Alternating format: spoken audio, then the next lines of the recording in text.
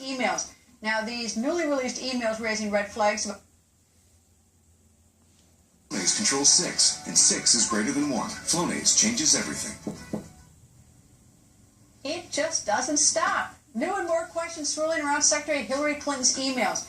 Now, these newly released emails raising red flags about the coziness of the Clinton State Department with Clinton Foundation and wealthy Clinton donors. But here's the mystery tonight. Why did the Justice Department drop its investigation?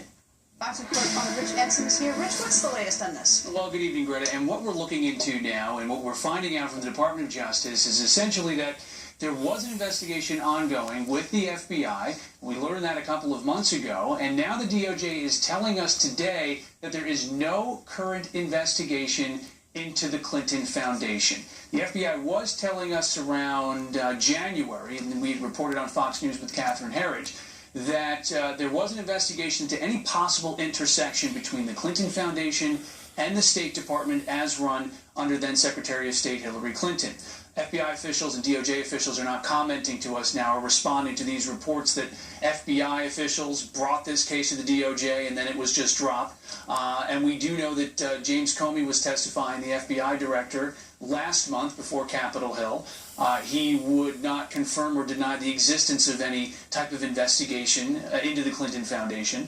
But what we're now learning is what we've had released in these emails, thanks to Freedom of Information Act requests at Judicial Watch, is that there were requests from Clinton Foundation donors to those in the State Department for a meeting, for job offers, and these requests now and these lawsuits now continue to try to get more emails out from the State Department officials, and from Hillary Clinton. So, in other words, the plot thickens. The plot thickens, and on top of all of that, Greta, you've also got the separate DNC hack, which is somewhat unpredictable. What's going to come out of that, right? Anyway, Rich, thank you.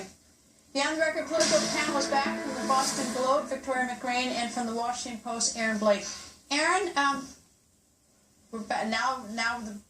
Where do we go from here? It's just another kind of drip of this whole controversy over Hillary Clinton's emails. These were not Hillary Clinton's personal emails that were released, but they did shed some light on some instances where Clinton Foundation business could be construed to have intersected with State Department business, which, by the way, was something that Hillary Clinton promised there would be no impropriety in that regard, because obviously they had this global foundation. She was going to become Secretary of State. And so, given that promise, that raises the specter of impropriety with these emails that were released, even though there wasn't really a smoking gun, so to speak. The thing that caught my attention, Victoria, is that it said there was one from Doug Bann, who we all know was part of the Clinton Global Initiative for a long time and has his own business. He said he was looking for a job for somebody.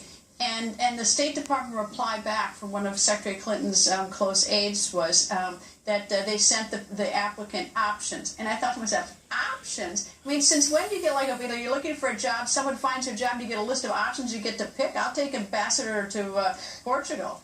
Oh, there's no question this looks so bad, and it should be so much more damaging than it seems like these drip allegations and revelations are actually ultimately being. I mean, this is going on while big-name Republicans are saying they're going to vote for Hillary Clinton in the fall. So it's just, normal rules of politics that this should be really hurting Secretary Clinton. I want Ireland to decide, not Portugal. And by the way, there was the one email where they were seeking a contact for a big Clinton Foundation donor with an emissary in Lebanon. The other one is seeking a job for somebody who, by the way, we don't know who that person is. We don't know if they actually got a job.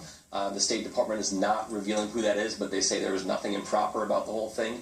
But for now, we're basically left to take their word for it. Well, the other thing, too, is that these emails should have been turned over before. I mean, they're now subject to some litigation from a civil litigant. But the whole idea is how many other emails out there. And it's like, I think it'd be unreasonable not to be suspicious that there are more emails out there, because the more emails we get, the more reasonable is to think that there's still some more there, because why didn't we get them from the get-go? Right, and the State Department has said that they will be releasing more, some of these missing emails that the FBI said that they found in their forensic investigation.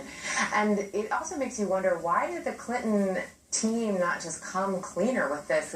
But you know what they did? You know what that is that when she first had her emails, she turned them over to her lawyers. The lawyers went through and separated 30,000 that they said were personal. They only read the headers. They didn't read the content. And then so what did they do? They didn't put them in some locked safe on some hard drive. They destroyed them so that nobody else could ever, check to see what it was. The lawyers just destroyed them. The lawyers decided, reading the headline, these are personal, and then they destroyed them.